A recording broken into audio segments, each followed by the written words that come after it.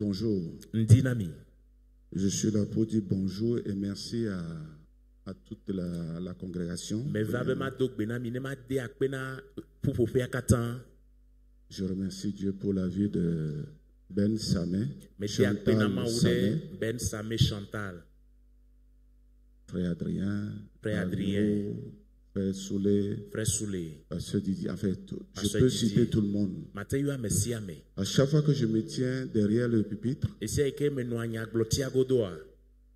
cela me ramène à être reconnaissant.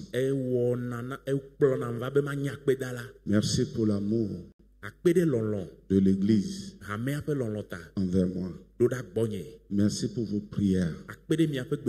Certains, on ne s'est pas vu, mais je crois que vous avez prié là où vous étiez. Les gens qui ont fait des déplacements depuis je ne sais pas où. Pasteur Edem, Pasteur Chibeli qui a fait tout le temps.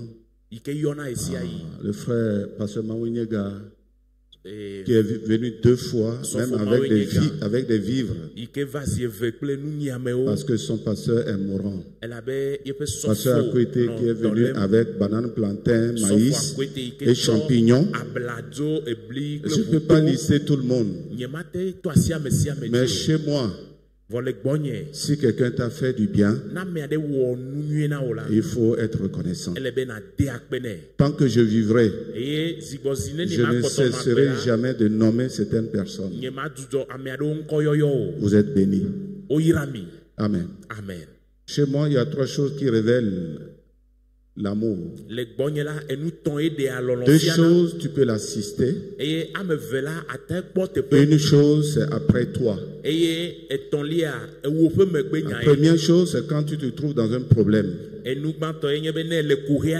c'est pour ça qu'on donne le nom à certains de nos enfants, Djanipo. J'ai un neveu, l'enfant de mon grand frère, même père, qui s'appelle Djanipo. Djanipo Nanya Keoto, Djanipo Nanya Longola. A dit, tombe voir, tu verras celui qui t'aime. Tombe, tu verras celui qui est ton ennemi. C'est un nom. La deuxième chose, c'est quand tu es malade. Quand tu es malade, celui qui pense à toi, qui prie pour toi, qui te visite, ou qui t'appelle, ou qui prie pour toi là où il se trouve, cette personne-là est à remercier. La troisième chose, c'est le cas de funérailles. Vous savez que les Africains aiment les funérailles. Mais ça, c'est après la personne. Et ces gens que j'ai cités, l'église, notre église ici, et nos églises, que Dieu vous bénisse. Vous serez à ma place, vous allez le dire plus que moi. Vous allez le dire plus que moi. Merci. Juste une pensée et laisser la place à notre vieux père de continuer avec nous. Vous savez, depuis le Ghana, il était question d'être enraciné et fondé dans l'amour de Dieu.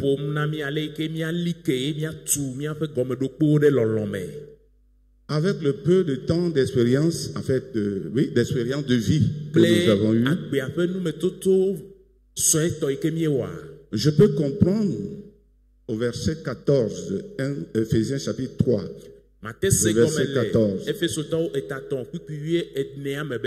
la prière de l'apôtre Paul. Suivez-moi bien.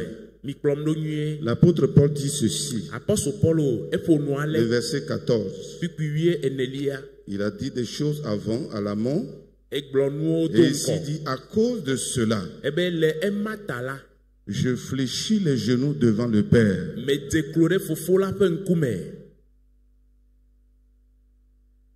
Et c'est suite à ça qu'il invite à être enraciné, fondé dans l'amour.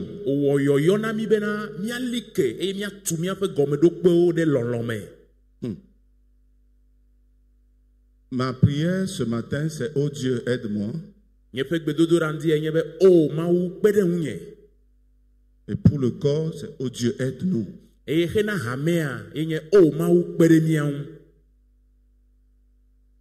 Juste à vivre ta vie. Pourquoi l'apôtre Paul fait le fait d'être enraciné dans l'amour un sujet de prière?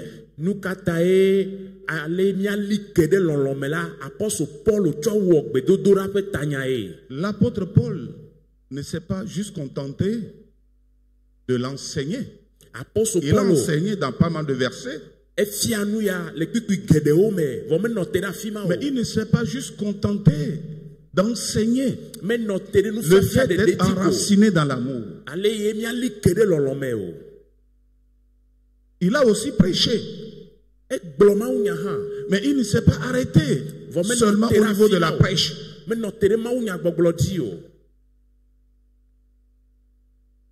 Au-delà de la prédication et de l'enseignement concernant l'amour de Dieu,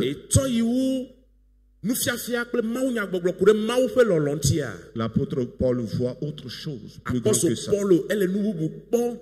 il dit, ceci nécessite la prière. Et il s'est agenouillé devant le Père. Pas pour demander une quelconque bénédiction forcément, mais pour que les enfants de Dieu que nous sommes, que nous soyons enracinés dans l'amour et fondés dans l'amour. Enracinés et fondés ici par de la stabilité. Vous savez, souvent on parle de l'amour, mais souvent la chose c'est qu'aujourd'hui je t'aime, demain je ne t'aime pas. C'est dans nos expériences de tous les jours. Mais ce n'est pas de ça que l'apôtre Paul parle. Lorsque quelqu'un est enraciné dans l'amour de Dieu, peu importe, l'amour sera toujours présent. Et c'est ce que nous venons d'entendre de la bouche de pasteur Bamouni. Bien sûr de la Bible, mais il a relaté ça. Vous savez, le Père avait toutes les raisons. Et tout le monde donnerait raison au Père, à ce Père-là, de diaboliser, voilà le mot, hein, de diaboliser le fils délinquant là.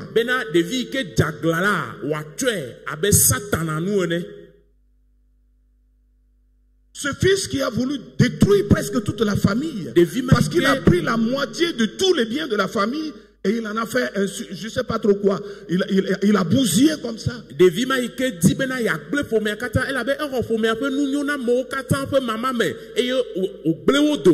Et si le Père venait à marquer ce dernier, naturellement, je lui donnerai raison. Et vous aussi, je crois. Mais laisse-moi vous dire ceci. Lorsque nous sommes enracinés dans l'amour, lorsque l'amour constitue le fondement de notre vie, la seule chose qui peut émaner de notre être, face à toute situation, face à tout événement, c'est la manifestation de l'amour de Dieu. Vous savez, Jean 3,16, tout le monde connaît ce verset. Même les enfants qui seront sous la patami connaissent ce verset. Car Dieu a tant aimé le monde,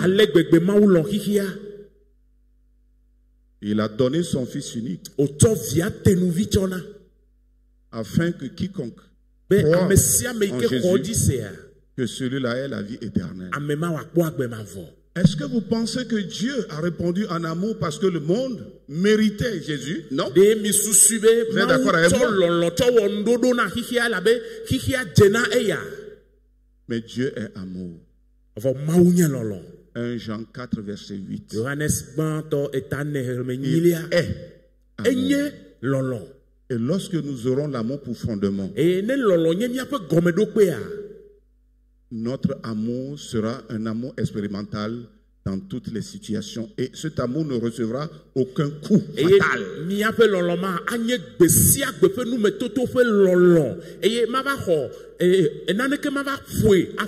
Je finis en disant que cet amour dont il est question, ce n'est pas de la plaisanterie, parce qu'il est profond. Il est hyper profond. naturellement parlant, tu ne peux pas l'atteindre. Cet amour est large. Tellement large. Tu ne peux l'atteindre naturellement. Cet amour est long. Ça n'a pas de fin. Naturellement parlant, tu ne peux jamais l'atteindre. Cet amour est tellement haut qu'aucune main naturelle ne peut l'atteindre. Non, ne soyez pas dit, oui, j'ai compris, oui, vraiment, on a dit l'amour. Les 3 semaines à maintenant. Non. L'apôtre Paul dit, je l'ai enseigné. Je l'ai prêché. Mais c'est plus que ça. Ça prend la puissance du Saint-Esprit pour enfuir cela dans notre fort intérieur. Que l'amour de Dieu soit enraciné dans nos vies. Que notre vie soit fondée sur l'amour de Dieu par la vertu du Saint-Esprit. C'est ma prière pour moi. Parce que j'ai besoin de vous aimer. Je dois vous aimer. Et vous devez m'aimer si vous le voulez. Donc c'est la prière ce matin. Dieu, au-delà des mots, visite-nous de manière particulière. Et ça change tout. Soyez bénis ce matin. Au nom de Jésus. Amen. Amen.